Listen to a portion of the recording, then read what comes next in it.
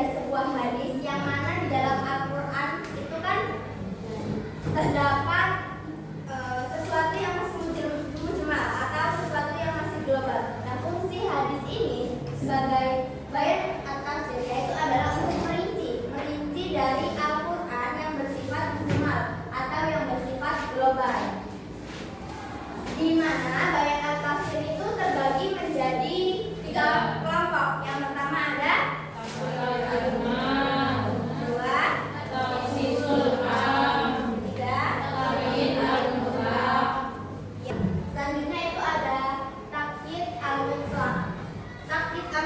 itu adalah membatasi kepastian ayat. Di dalam Al-Quran, ya guys kalian, itu contohnya tentang apa? Tentang hukuman pencurian. Kalian pernah dengar gak kalau orang yang mencuri itu dipotong tangannya? Pernah dengar? Nah, itu kan masih bersifat umum kan? Apakah setiap orang yang mencuri itu dipotong tangannya? Enggak kan? Ya, karena di sini fungsi hadisnya dimulai, yaitu ketika seseorang mencuri,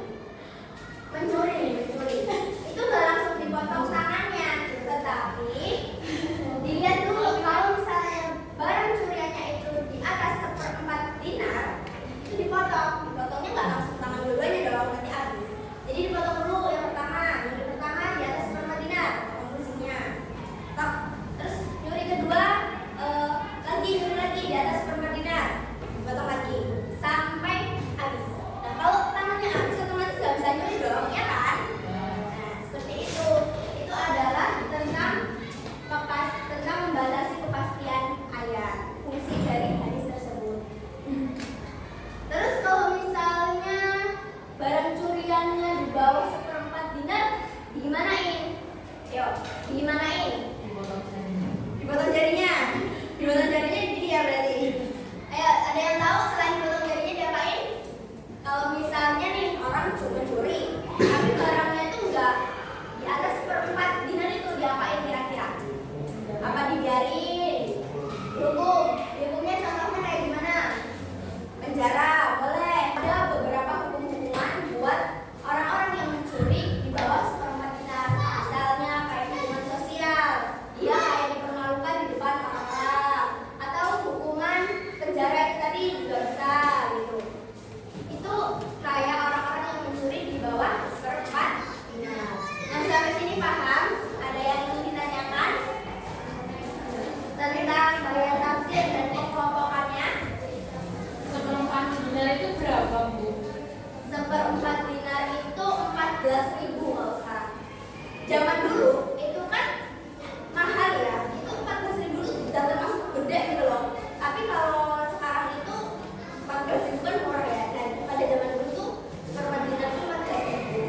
Jadi kayak orang-orang yang malik itu tuh memang orang-orang yang kaya, bukan orang-orang yang miskin gitu. Dan jarang banget orang-orang zaman dulu tuh punya harta yang mewah gitu. Jadi emang bener-bener yang dulu itu yang kaya-kaya gitu. Makanya kalau udah mencapai 1/4 dinar itu baru jadilah. Habis ini ada yang ditanyakan lagi? Cukup? Lanjut ke bayan at-tafsir.